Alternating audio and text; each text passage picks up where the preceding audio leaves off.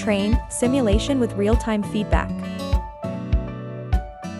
Hi students, by now you should be able to understand how to use a laser cutting machine.